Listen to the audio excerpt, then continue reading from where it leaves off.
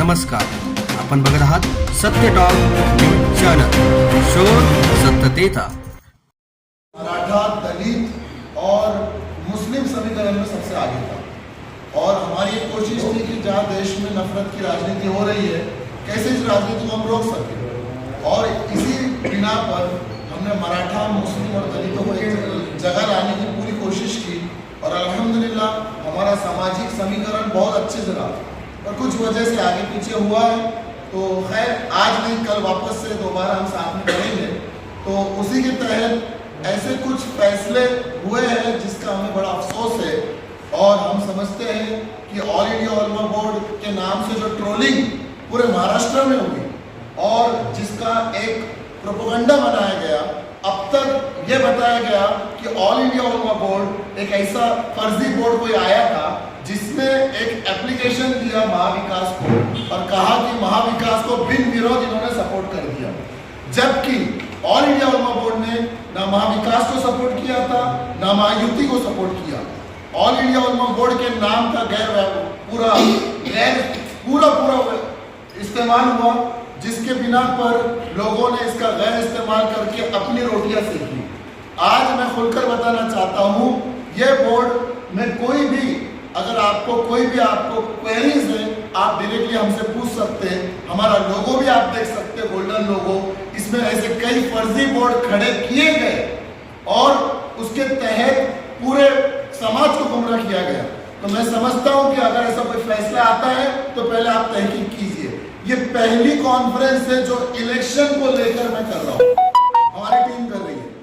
अब इससे पहले कुछ लिस्ट आई है समाज में, जिसके वजह से समाज में बहुत बड़ी नाराजगी फैली थी। मैं समझता हूं कि हर एक के फैसले को हमको रिस्पेक्ट करना चाहिए।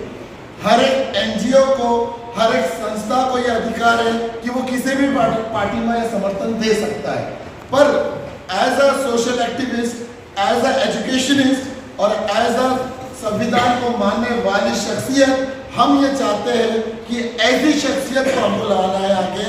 जैसे अगर बात करें, जब मराठा समाज पर आ जाती है तो मराठा के योद्धा मनोज जरांगे पाटिल साहब पूरे समाज को एक तरफ लाने में कोशिश लगाते हैं और उनके समाज की नाक कभी नीचे करने नहीं दी है।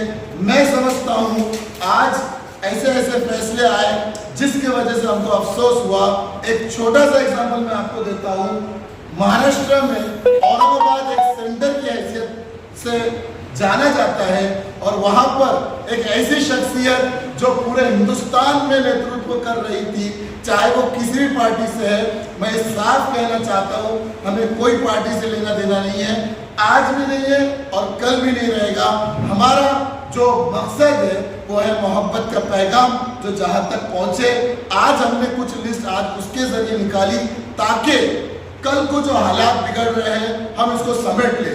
तो मेरा जो बात चल रही थी कि महाराष्ट्र में एक ऐसी शख्सियत है इम्तियाज जलील साहब, जिसको बाय डिफॉल्ट कहिए या साजिश के तहत कहिए, उनको पूरा इग्नोर किया गया। और मैं समझता हूं कि गलतियां किसी से नहीं होती है, ऐसा नहीं है, हर एक से गलतियां होती है। ये समाज की जिम्मेदारी है कि कोई समाज के लिए 10 साल से आवाज उठा रहा है, बोलने वाले का साथ दीजिए। जो नहीं बोल रहा है आप उसके लिए बहुत समर्थन करते हैं। आज गुस्ताखे रसूल पर जब बात आई तो इम्तियाज जलील साहब की शख्सियत थी जो पूरे महाराष्ट्र में ट्रोल की गई।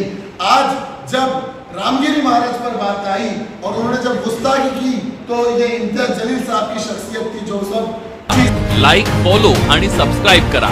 तसंच सर्व नोटिफिकेशनसाठी बेल आयकॉन प्रेस करायला विसरू नका।